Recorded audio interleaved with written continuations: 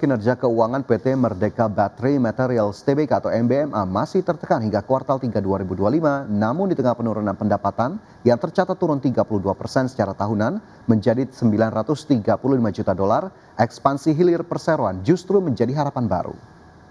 Pendapatan dari segmentasi NPI dan HGNM terkoreksi dalam, namun sebagian terpulihkan oleh kenaikan pendapatan limonit dan segmentasi lainnya. Analis Mirai Aset Sekuritas Nafan Aji Gusta menilai kinerja MBMA masih underwhelming baik dari top line maupun bottom line.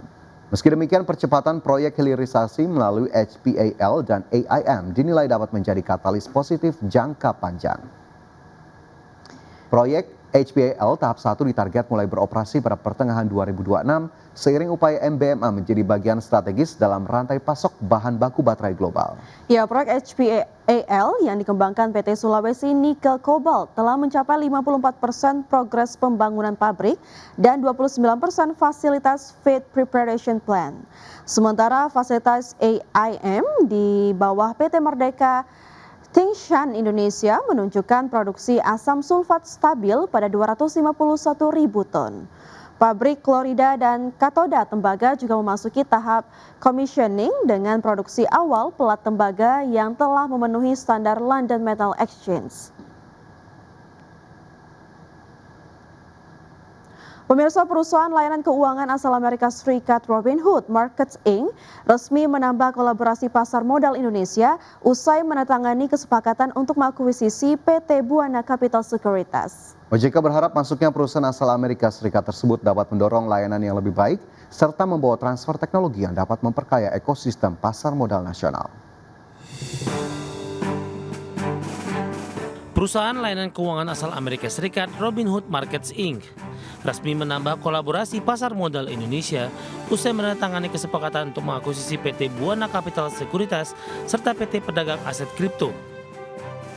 Dengan lebih dari 19 juta investor pasar modal dan 17 juta investor kripto per Oktober 2025, Indonesia diakui menjadi salah satu pasar paling dinamis di kawasan dan memiliki prospek yang positif. Presiden Direktur Buana Capital Securities Beni Hardiman Setiabrata optimistis akuisisi ini menjadi langkah strategis yang dapat memperkuat ekosistem pasar modal nasional. Akuisisi ini juga memberikan peluang besar memajukan literasi dan inklusi keuangan di tanah air. Dengan pengalaman Robinhood yang sudah terbukti dalam membawa lebih dari 26 juta pengguna di Amerika Serikat untuk terlibat dalam investasi retail, kami yakin bahwa kolaborasi ini akan membawa inovasi dan kemudahan akses bagi lebih banyak investor Indonesia untuk terlibat dalam pasar keuangan, pasar modal, dan juga pasar kripto. Kepala Departemen Pengawasan Lembaga Efek OJK Edi Broto meyakini masuknya perusahaan asal Amerika Serikat tersebut dapat mendorong layanan yang lebih baik dengan biaya lebih efisien, serta membawa transfer teknologi yang dapat memperkaya ekosistem pasar modal nasional. Through these pillars, Indonesia aims to build a capital market that is not only innovative and competitive, but also safe, transparent, and trustworthy. Ladies and gentlemen, regulation alone is not enough. Effective market integrity requires consistent, proactive, and technology-driven supervision. Proses penyelesaian kedua akuisisi ini targetkan rampung pada paruh pertama 2026 setelah memenuhi persyaratan dari Otoritas Jasa Keuangan dan otoritas terkait. Jakarta, Raharjo Patmo, ADX Channel. Pertemuan Bank Sentral Amerika Serikat periode Desember 2025 berpotensi menempatkan para pembuat kebijakan pada dilema antara kekhawatiran inflasi dan tuntutan politik untuk memangkas suku bunga. Meski pasar sudah memperkirakan pemangkasan suku bunga pada Desember, namun pemangkasan secara agresif dinilai dapat meningkatkan permintaan, berisiko memicu inflasi dan menggagalkan target inflasi The Fed di angka 2%. Pertemuan Bank Sentral Amerika Serikat atau The Federal Reserve pada pekan kedua Desember dinilai akan mulai membentuk ekspektasi pasar terhadap sosok yang akan dicalonkan Presiden Donald Trump sebagai ketua bank sentral selanjutnya. Situasi ini berpotensi menempatkan para pembuat kebijakan pada dilema antara kekhawatiran inflasi dan tuntutan politik untuk memangkas suku bunga. Pasar sendiri memperkirakan The Fed akan memangkas suku bunga sebesar 25 basis poin pada pertemuan Desember. Sebagaimana diketahui, Presiden Donald Trump menginginkan biaya pinjaman yang lebih rendah untuk mendorong sektor perumahan sebagai solusi isu keterjangkauan yang dapat menjadi isu penting dalam pemilu setelah mendatang. Namun langkah tersebut membawa risiko besar mengingat proyeksi menunjukkan pertumbuhan ekonomi tetap resilient, konsumsi kuat akibat peningkatan pengembalian pajak, serta inflasi yang berpotensi terus bertahan. Kepala Ekonom BNP Paribas James Engelhoff mengatakan siapapun yang memimpin The Fed pada dasarnya kebijakan moneter ditentukan oleh kondisi ekonomi. Ia menyebut kondisi tahun depan akan ditandai oleh pertumbuhan yang kuat dan inflasi di sekitar 3%, sehingga hanya perlu satu pemangkasan suku bunga tambahan pada 2026. Skenario ini berpotensi membuat ketua The Fed berikutnya menghadapi situasi yang sama dengan Jerome Powell dalam kondisi ekonomi yang justru membutuhkan pengetatan.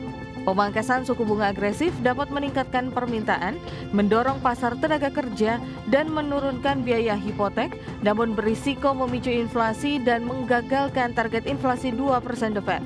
Situasi tersebut membuat Dewan Pembuat Kebijakan terbelah dengan potensi munculnya beberapa suara berbeda atau dissent dalam keputusan pekan ini. Berbagai sumber IDX Channel.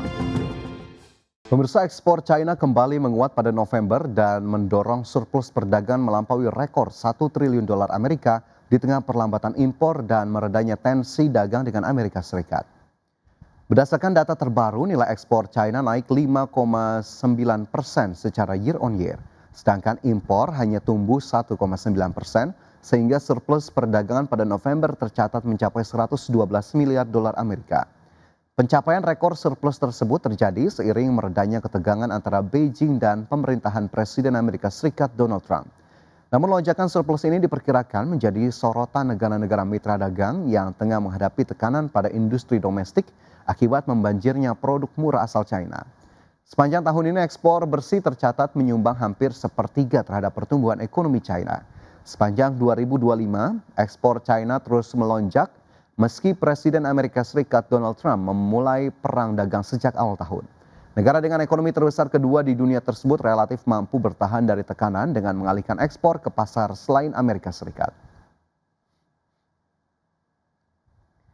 Dan selanjutnya dari bursa global, pemirsa, bursa saham Wall Street berakhir lebih rendah pada perdagangan Senin karena para investor menantikan pertemuan terakhir The Federal Reserve di tahun 2025 yang akan berlangsung pada pekan ini.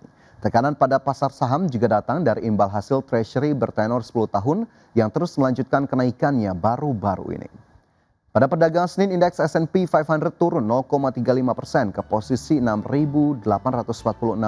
Indeks Nasdaq Composite melemah 0,14% ke level 23.545 dan indeks Dow Jones Industrial Average merosot 0,45% ke level 47.739. Dan selanjutnya dari bursa Eropa, pemirsa. Bursa ekuitas Eropa melemah tipis pada akhir perdagangan Senin dibayangi kenaikan imbal hasil obligasi global dan sikap hati-hati investor menjelang pertemuan kebijakan moneter The Fed pada pekan ini. Indeks Stock 600 ditutup turun tipis 0,07% menjadi 578,36. Indeks DAX Jerman naik 0,07% ke level 24.046 dan indeks FTSE 100 Inggris menyusut 0,23% ke posisi 9.645. PT Abadi Lestari Indonesia Tbk optimistis mampu menorehkan pertumbuhan pendapatan hingga double digit pada tahun 2026. Ya, manajemen menyatakan optimisme tersebut didukung ekspektasi peningkatan utilitas pabrik setelah mendapatkan dana segar lewat aksi penawaran umum perdana saham atau IPO. Emiten eksportir sarang burung walet PT Abadi Lestari Indonesia Tbk optimistis mampu menorehkan pertumbuhan pendapatan yang signifikan hingga double digit pada tahun 2026. Direktur Keuangan PT Abadi Lestari Indonesia Tbk Dwi Adi Prastian Hadi menjelaskan bahwa optimisme itu didukung ekspektasi peningkatan utilitas pabrik setelah mendapatkan dana segar lewat aksi penawaran umum perdana saham di Bursa Efek Indonesia. Adapun perseroan menyatakan saat ini utilisasi pabrik belum sampai 50% dan diharapkan dengan adanya penambahan dana melalui IPO, perseroan dapat meningkatkan produksi di atas 60%. Sementara itu menyambut tahun 2026, Perseroan menargetkan pendapatan dapat tumbuh hingga double digit. Bahkan omset yang ditargetkan perseroan mencapai 600 miliar rupiah pada tahun depan. Tidak hanya itu, ekspektasi pertumbuhan juga diharapkan terjadi pada tahun ini. Per akhir 2025, perseroan berharap mencatatkan laba bersih mencapai 35 miliar rupiah, yang berarti potensi peningkatan hingga 49% year on year dari periode yang sama di tahun 2024. Ekspansi perseroan ke sejumlah pasar baru di luar negeri juga diyakini akan menjadi penopang pendapatan dan laba pada 2026. Setidaknya terdapat 4 negara baru yang akan diekspor pada 2026 seperti Thailand, Vietnam, Amerika Serikat, hingga Filipina. Berbagai sumber IDX Channel. PT Merdeka Gold Resources Tbk memperoleh fasilitas Revolving Credit Facility senilai 350 juta dolar Amerika atau setara dengan 5,8 triliun rupiah guna memperkuat kesiapan produksi emas perdana pada awal 2026. Pendanaan tersebut melengkapi dana 4,9 triliun rupiah yang dihimpun dari penawaran umum perdana emas pada September 2025. Adapun fasilitas kredit tersebut akan digunakan perseroan untuk refinancing pinjaman anak usaha, kebutuhan modal kerja selama proses commissioning serta pembiayaan lanjutan pengembangan tambang emas Pani. Sebagai catatan, progres konstruksi di tambang Pani terus berlanjut. Secara keseluruhan, konstruksi tambang emas Pani telah mencapai penyelesaian 83% hingga akhir September 2025. Tambang emas tersebut dirancang untuk ekspansi jangka panjang di mana pada tahap awal, fasilitas heap leach memiliki kapasitas pengolahan 7 juta ton biji per tahun.